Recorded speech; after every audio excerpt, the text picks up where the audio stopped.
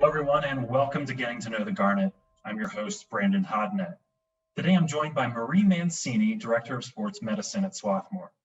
Swarthmore has been a home away from home for Marie, who has been on the sidelines with the Garnet since 1986. Marie, thanks for joining me on the show today. Brandon, I'm pleased to do it. Thank you. Marie, first of all, can you tell us what your role is at Swarthmore and how it's changed over the years since you've been here? So right now, my role and my title is Director of Sports Medicine. I'm not comfortable with titles, but I guess that's what I have to live with. My role has changed over the many years I've been here. When I first started here, I think I was, it was the residency in sports medicine, and the funds for that position were donated. So how did you arrive at Swarthmore in the first place? What was that backstory? It's an interesting journey. When I was in school at Westchester University, actually it was Westchester State College at the time, so I go back. I was in the athletic training program there, and at the time you were assigned a clinical site for 2 straight years, whereas now the athletic training students are only assigned for a semester. So I was here for 2 years as an athletic training student, and then there was an internship position here at Swarthmore that Doug Weiss had started, and it was it was a 2-year position, and he awarded it to his top graduating senior. Well, I was not the top graduating senior my senior year, which is okay. And I went out in the world and I did my thing, and I was an athletic trainer at 2 different high schools. And then when I was out the 3rd year, Doug had called me, because we had always kept in touch over the years. He called me and said, I don't have an intern for this coming year. Nobody wanted it. None of his seniors that year wanted it. He said, would you be interested in coming back? And I was like, oh my goodness. First of all, I've now been at a high school for 2 years. I was making good money, and the internship paid $1,000 a month. So we cut my salary in half, actually more than half. Wow. And I thought about it, and I said yes. And I came back. And when I started, it worked so well. Doug and I were always good friends. And it was the first time that he had anybody in that position with any experience. So he noticed a big difference in having someone with 2 or 3 years experience coming in versus a student who's just out of school. So he looked and he did all kinds of things and pushed for me so that I could stay another year. And then I could stay another year, and then I could stay another year, and then it eventually grew. And then we had a friend of Swarthmore College donate the money for the assistant position, which I guess, I'm not sure what it was called. I think it was the apprenticeship or whatever it was. You could probably research that and find out, since that's your thing. So we had like I said, an outside donor donate a chunk of money, and here I am today. What was the deciding factor for you to come back here? Was it just you wanted to work with Doug again, or you really like the environment at Swarthmore? What convinced you to take the pay cut to come back to Swarthmore? Kind of a couple things. One, yes, he was oh my gosh, he was just a fountainhead of knowledge. So to learn from him is a privilege. And the other thing is, I wanted to break away from the high school. I had been in the high school for 2 or 3 years, and I just wanted something else. When you're in the high school, it's a great environment. You can get really comfortable there. However, there are some downfalls. For every student athlete, you have parents to deal with every single day. You have probably a different doctor to deal with for every student, and it's a little tough navigating that. Yeah. So I did want to break away from the high school. That was my main reason for coming back. And I lived at home. I lived in New Jersey, so I commuted back and forth. So there were no living expenses at that point. Well, that's good. And rewinding a little bit further, what initially made you want to get into athletic training? Like what inspired that, for it to be your career? Well, I think with every athletic trainer, there's being involved in athletics. I played sports from the time I was like 9 or 10. And then coming up through high school, you suffer various injuries. And back in the 70s, when you had any injury, it's not like today when you have any injury. Yeah. So, I missed a lot of time. And then it really made me want to help people in my situation. That's good. What have you seen kind of change and transform in the athletic training field since you started, as far as ways that, you know, student athletes are like the treatment that they're provided, or, you know, you talked about how a knee injury way back in the day was, you know, if you tore your ACL, like that could have been it for your playing career, but now it's like, okay, you could be back in a year or whatever. What have you seen as far as the way people rehab? Or, you know, you bring up knee injuries. Yeah, the ACL injury in the 70s and 60s, that was a career ender. If you think back to, I don't know if you know the name Bill Berkey, when he hurt his knee, that was pretty much the end of his career. And when I injured my knee, it was late 70s, early 80s, and they were just coming out with ACL reconstructions. And the ACL reconstruction I had, oh my goodness, it was huge. And you're in a cast for 6 weeks, and you know, there was no early mobilization. And I think today, you know, when the athletes tear their ACL, yeah, it's devastating, but they, you know, for them to miss 9 months of a year of athletics is tough. But back then it was, you know, you were out for a year and a half, no questions, because first of all, you're in a cast for 6 weeks, and then the rehab, just getting motion back was just torture. Yeah. So that's one area that has changed. The other thing is concussions. When I think of what we've done with concussions in the last 5 or 7 years versus what we did 20 years ago, I mean, putting kids back in games, you know, if their symptoms clear in 20 minutes and then they can go back. Oh my goodness, we would never do that today. Yeah, and I think of that and I think, oh my goodness, I can't believe that we didn't have somebody seriously injured with a concussion in those days. And there was no formal concussion protocol. We based everything that we did off of football as far as concussion. So that, because football was played once a week, so we would have them do a gradual return as long as they didn't have symptoms, and they'd be good to go the next week. Well, that obviously doesn't happen anymore. And then for other sports, we would have to modify that, but there was never any formal written protocol, probably until 2007, I think, was the first time we wrote something up. Yeah. And, you know, with that emphasis on preventing concussions, what is something that you would tell student athletes just to keep in mind as far as avoiding concussions in the first place? What are different things they can do? Well, that's an interesting question, because, you know, in the heat of the battle, when an athlete is out there, they're not necessarily thinking of protecting themselves or protecting anyone else. They're going full bore the whole time. Right. So things are going to happen. What we teach them as far as concussions is what a concussion is, the symptoms of concussion, in case they get bumped on the head. They don't even have to get bumped on the head. If they hit the ground really hard and it just jars them, gives them a whiplash kind of injury, that can cause a concussion also. So we teach them about the signs and symptoms of concussion. We tell them to report their concussions. They report any injuries right away. And sometimes we can see them. I mean, I think the staff is pretty good at, you know, spotting when something doesn't look right on the field or an athlete doesn't look right. So it's more of concussion education, teaching them about how, if you have a concussion, if you don't treat it properly, can lead to more complications down the road, even after your playing career is over. Yeah. So it's really more education and also prevention. You know, make sure that they're looking around on the field. They're not hitting anybody with their head. And, you know, we don't have football anymore, so that's not necessarily a problem, because there's really not that tendency in the sports that we have currently. So, you know, just a lot of education around that. This kind of goes hand in hand with, you know, protecting the brain. You know, for you as director of sports medicine, how does, you know, helping take care of students' mental health play a role in what you do? Right now, Brandon, as you may know, it's a huge part of what I do right now, as, you know, being in this new position.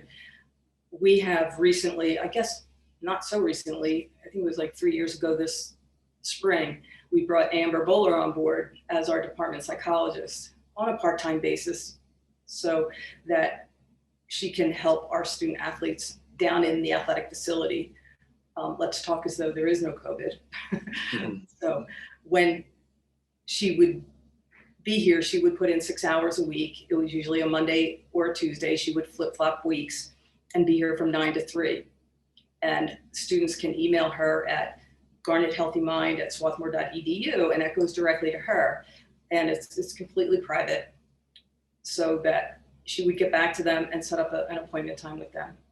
Her other role with us is to meet with teens as well as individuals to do some mental health initiatives. We've done Amber Town Halls, which we're going to pick up again this semester, different topics on mental health that we can discuss. And, the students obviously don't have to divulge anything. It's more of an information gathering for them.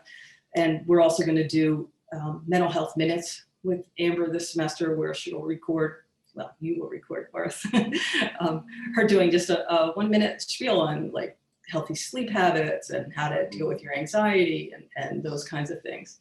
And we'll do that every other week. And we also put together a wellness website. And there's lots and lots of resources on there, from our own CAPS to outside resources, outside psychology resources for students if they want to see. I think there's a good amount of information there for students to refer to. That's good. Now I know we're not playing any games anytime soon, but in the past, what's a typical game day like for you, for a sport that you're working on the sideline? Oh my goodness, game days are the best. Yeah, because it's the culmination of all the kids' hard work mm-hmm. and getting them ready for the game, making them feel confident and comfortable to play physically is really good. I get I get those game day jitters, no matter what sport it is. It's so funny. When we had football, it was really crazy because just the excitement around football, but the excitement around any game day is amazing. So you come to the office, you set up the field, you get all your supplies together, you get everything the way you need it to be on the sideline or on court side. And then, the kids start coming in for their treatments. They start coming in for their pregame taping. And it's so funny to see their superstitions. They'll jump up on the table and I'll go to tape someone. Oh no, I'm waiting for Christy, or I'm waiting for Allison, or I'm waiting for Sandy. And it's like, oh, okay, that's fine with me. You're good. I don't want to mess up your chi there, Yeah. And then, once the game starts, you just get so engrossed in the game. Mm-hmm. And I try to watch, when I'm watching a game, I try to watch off ball. Like, you don't want to get too tied up in it, or you're going to miss injuries that happen off the ball. Yeah. Where the center of play is not there. So, that's kind of what I do. And then, and after the game, it's cleaning everybody up and cleaning up the sidelines and packing stuff away and making sure everybody's okay, scheduling follow-up, injury visits and things like that. Yeah. But it's exciting. And I think that aspect, that's one of the aspects of athletics and athletic training that I really like, is the game day. Definitely. Yeah, it's definitely the highlight of my week is the game days for sure. Yeah. So there's been a lot of amazing game days in your time here, a lot of incredible moments, national championship trips. What kind of sticks out to you as you just quickly think back to wow, this was an amazing memory that I'm never going to forget from being at a Swarthmore game? So although this wasn't a championship game, it sure felt like one when we beat Oberlin to break our losing streak. We were 0-20 something and they were 0-19 or something. And after the game, when we beat them and the kids stormed the field and tore down the goalpost, it was amazing. It was amazing. It was like we won a championship. Yeah. But it was really the battle for the basement. And it was great. You can see I have a football helmet up behind me, and I also have a piece of the goalpost, Stu Hain, that the kids tore down. Stu Hain had it cut up and put the date and the score on there for us. So that's amazing. And of course, all the soccer championships that we posted and great games and not to mention men's basketball in the last couple of years has been so thrilling just to be a part of and to watch. Yeah, it's been great. There's so many memories. Gosh, now that you asked that question, they're all flooding back to me. Even though we're not playing games right now, but we're still, practicing when we can. What are some things that we're doing to make sure that we're keeping up with protocols and staying safe on the field and on the courts? Yeah, thank you, Brandon. That's an important question in these times that we're at. First thing we do is we have the students fill out a symptom checklist every day. They have to do one for the health center. That's mandatory as part of the Garnet pledge, but we also have them fill out the Live Safe app for Swarthmore College, and we check that every time they come down for practice. And then we do temperature check, sorry. We do a temp check on them as well. On the sidelines, there's always hand sanitizer for them.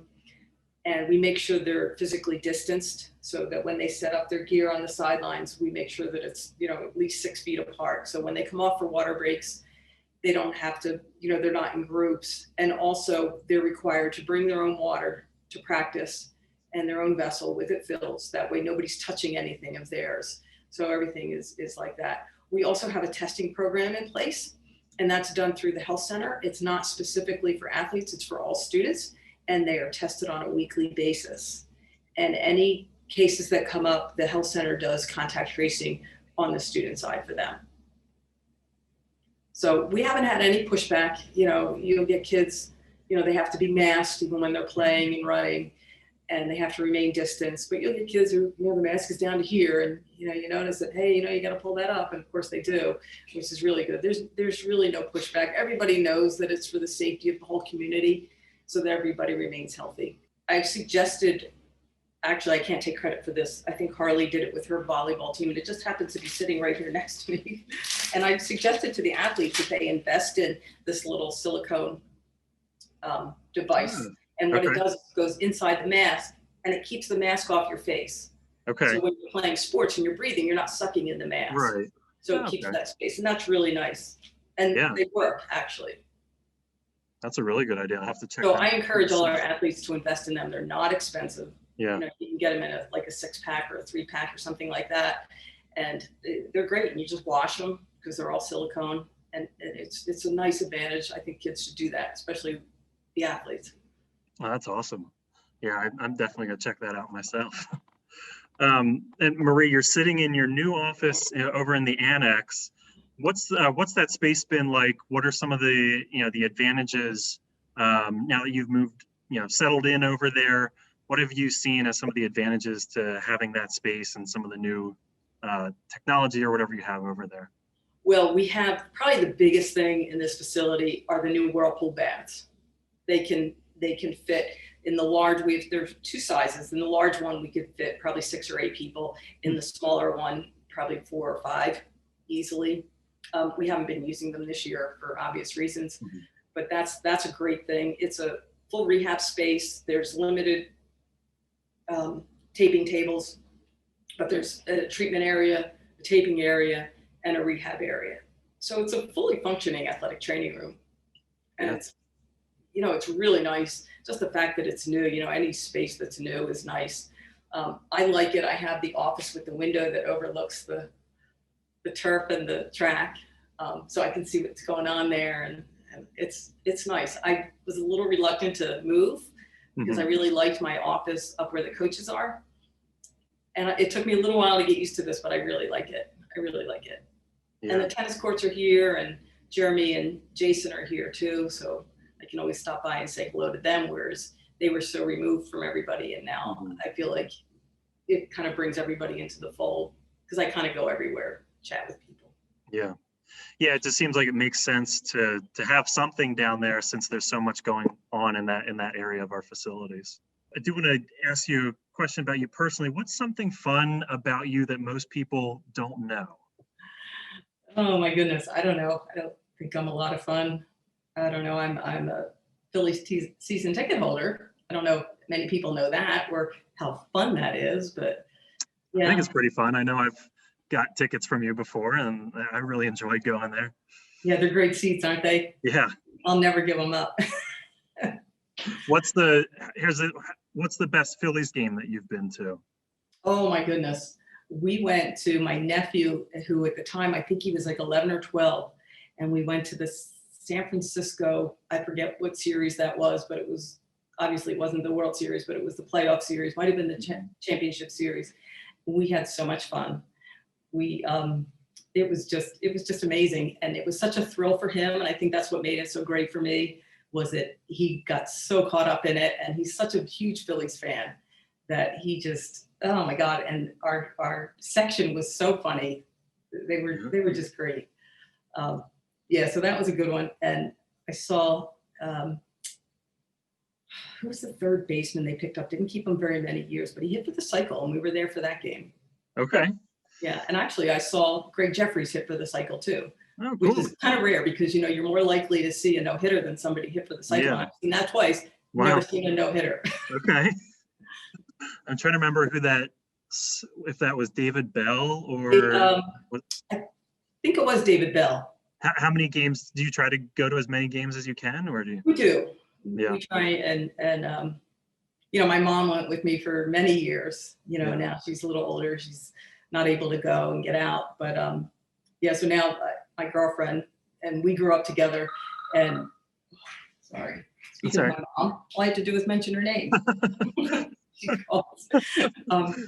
So now mostly me and my girlfriend will go. If she can't go, then I'll try and find somebody else who's a fan, or I'll try and sell the tickets or give them away or whatever.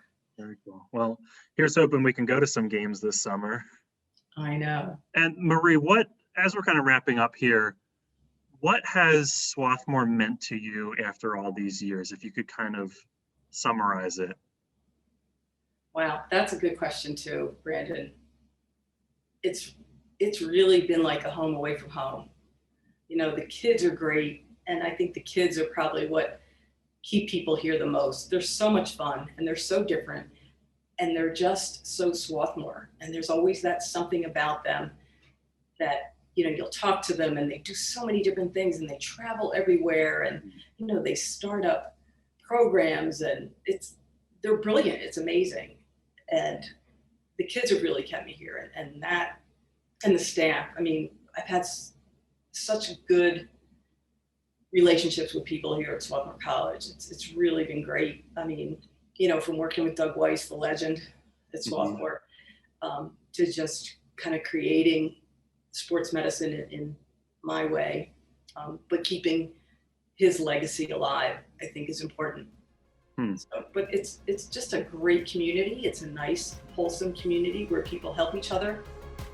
Thanks for listening to this episode of the Swarthmore Athletics podcast. If you like what you heard, please subscribe, leave us a 5-star review, and share it with your friends.